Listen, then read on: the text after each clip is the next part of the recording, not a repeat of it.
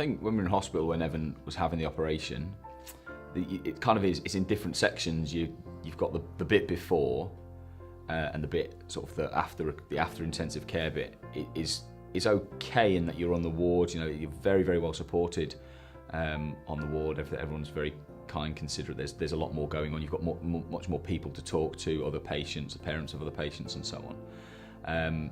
I think for me the hardest bit is the middle, to just coming out of surgery and into intensive care. It's a lot lonelier in that time. I don't think anything can prepare you for how intensive care is. There's so much going on. There's a lot of other very, very sick children, and sort of all the alarms that go off and the monitoring and seeing Evan and sort of counting however many wires and probes were coming out of him and drains and so on. It's very hard. And I think for me the hardest bit is intensive care, because you do feel a lot more on your own. I think if I was saying one piece of advice to anyone in there, is just make sure you keep taking a break. You can't spend too long in intensive care sitting with your child. They'll be okay. They're largely asleep and they are very, very well looked after. You do need to give yourself a break, because otherwise I think you'd probably drive yourself crazy. So during the operation, we decided that we were actually given the advice to not stay in the hospital, because you just sit and watch that clock. So once we knew Harry was in theatre, we took ourselves away from the hospital and just tried to not distract ourselves, because your mind is still there. But we went and had a cup of tea and just walked. No matter what the weather, we walked. I think the important thing is that you've got somebody with you, and that you can talk, and you just know that you've got that companionship and somebody with you during that time. And then we did say, right, after 6 hours or whatever, we're going back to the hospital, so we could be there when we got the call that Harry was in recovery. So yeah, that was just what we did, and we did that with all of 5 Harry's operations. If you're given prognosis that you're going to be in hospital, just stay positive. That's all I can think. I know they're not the best places to be in. Nobody wants to be given any news, bad news.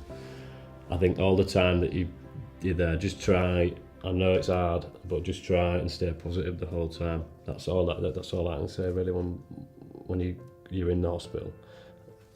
I felt like, I don't know, when you're in the hospital, I don't know, because it's really difficult, because especially if you don't know your baby has a heart condition before they're born, because I think if you knew before they were born, they tend to show you around, so you've got a general idea. But when it's just kind of it was on you, sort of thrust upon you, and I mean, number one, we'd never been in a hospital that big before anyway. I'd never seen a neonatal unit.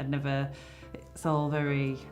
a lot to take in. Yeah, I felt like it was nice to try sort of befriend the nurses as well, because they know, where all the good little cafe, like just things like that. Because when the doctors do the rounds for an hour, I found for the first few days we'd just sit in the waiting room, and there's nothing to do except sit and worry about what they're talking about and what they're gonna. And as soon as it finishes, like straight back in there. Whereas it's probably a little bit better as days and weeks went on.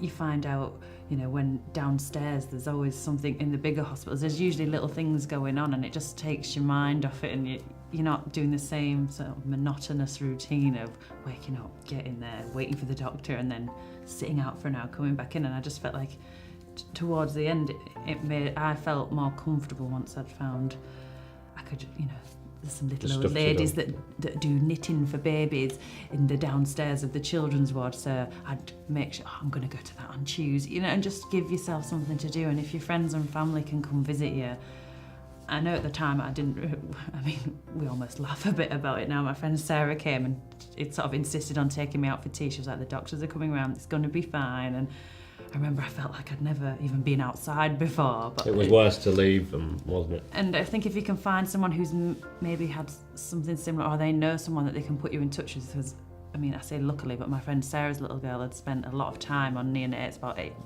6 or 8 weeks. She was really poorly when she was born. So she was like, what I think you should do is, she was like, as long as you're comfortable, she was like, maybe we could go for tea and then we'll build up and you could, go to the pictures, just to get you away for a couple of hours, because she was like, you're just like almost like institutionalised, because you're just there constantly. And She was like, and it's nice to just try have some normality around what you're doing, if that makes sense, rather than just sat, because if your baby was at home, you wouldn't be sat by your baby's side for 10 hours a day and then go sleep and come back, you know, especially when you can't hold them. So it's nice to sort of try come in and out and just try relax at some point if you feel like you can. So while Isabella's in surgery, because it's like 3 and 4 hours at least, the surgery, I don't like to be in the hospital. My family always come, and because it's in Leeds, we sort of wandered around. I never like to go too far away from the hospital, but I don't like being in the hospital. I just want to sort of just pass the time really quickly. We actually, when I was pregnant, I bought her a Pandora charm, so every time she's had surgery or something like that, we've actually just wandered to the Pandora store and bought her a Pandora charm to add to her bracelet. But that sort of takes enough time, and then we'll come back and then just sort of hover around and wait for her to come out. To pass the time while Lila was having her surgery, we were in the Evelina, so we went for a walk along the Thames, but actually found that quite hard because everyone was just going about their day, and that was just really tough. And it was harder as well. The further away we walked from the hospital, it was like, we wanted to just get her back. We'd been recommended to go out, hadn't we? But it was just too hard. So we were lucky. We were given a room in the hospital to stay, and we just went back to that room and just sat and wait. They were going to phone us when she was out of surgery. So we just literally sat waiting, and that was best. I just found just us two together, just sat there, was the better actually than being out and trying to just see everybody else, to be honest. I think you just have to deal with it in whichever way suits you best, and that you can get lots of advice off people. I had people saying, oh, you know, I did this when my child was in surgery, I did this. And I had, you know, some people who said, oh, you know, we go shopping, we go and get a nice outfit for when he's, you know, out of hospital and things. And for me, that just didn't work. I mean, I just couldn't leave the hospital. I think every time he's had surgery, I've kind of just gone and sat in the coffee shop with my newspaper and drank about 10 cups of tea and just watched the clock constantly. I think you quite like getting a bit more fresh air. I like getting out and about. And actually one thing I would definitely recommend if you're spending time in hospital is make sure you get out and buy fresh food, because you can feel just horrible after days of microwave meals. Definitely. And for me, like you say, getting out to do that, to go and buy something, just even from a deli that you can just buy a salad and something like that, just eating something nice and fresh was like the best food ever. So being in the hospital and surrounded by the machines and the equipment, being a nurse myself, I was familiar with being around it, which doesn't always help sometimes because little knowledge can be a dangerous thing. But so I kind of tuned out to that. I just very much focused on Harry, and I think my husband was the same, really. You just focus on them. When we were in hospital, what did help was the fact that we could actually stay at the hospital with Cameron. Once he was out of intensive care, I was able to sort of stay next to him. The staff were fantastic. He was really well looked after. We were very lucky as well. We had, you know, support, family and friends. And Lydia was able to come and see us and see Cameron every day. There wasn't anything that really helped us, I would say, get through that. It was just that we were lucky to have each other there at the time. Because obviously not everybody can have their partner there if they've got other kids and might not have childcare, but we were really lucky that we went through this together.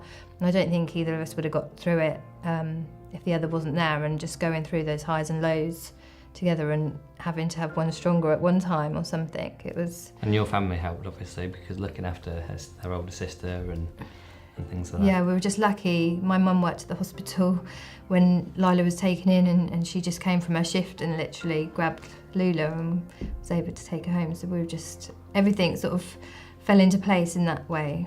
Yeah. And then we were talking earlier as well about having your phone with you to look at things as well, which you couldn't do in the past as well, because you looked a lot of information up online, didn't you, on your phone? Just read just everything I could. To cope with Cameron while he was having his operation, me and my husband ended up, we went into Leeds, and I remember we went to buy him he was train mad and loved Thomas Tank Engine, so we went and got him a little Thomas the Tank Engine. I got him some more pyjamas, open fronted pyjamas, because in a way it just feels so helpless and just wanted to try and be distracted. But in the end then we just went back to the room and we just sat together, and it was just waiting till we got that call, which was the best thing ever.